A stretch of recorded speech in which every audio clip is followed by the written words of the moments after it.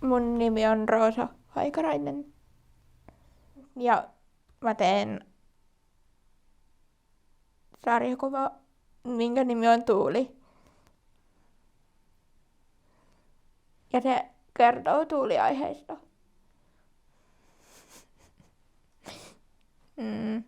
Ja sitten laivoista, joo.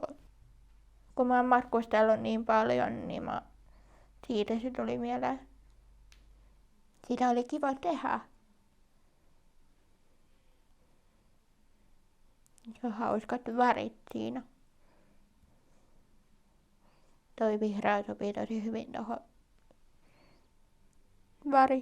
taustaväriksi. Mä oon taiteilijana rauhallinen ja iloinen.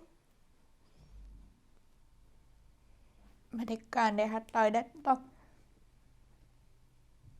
kun se on mukava.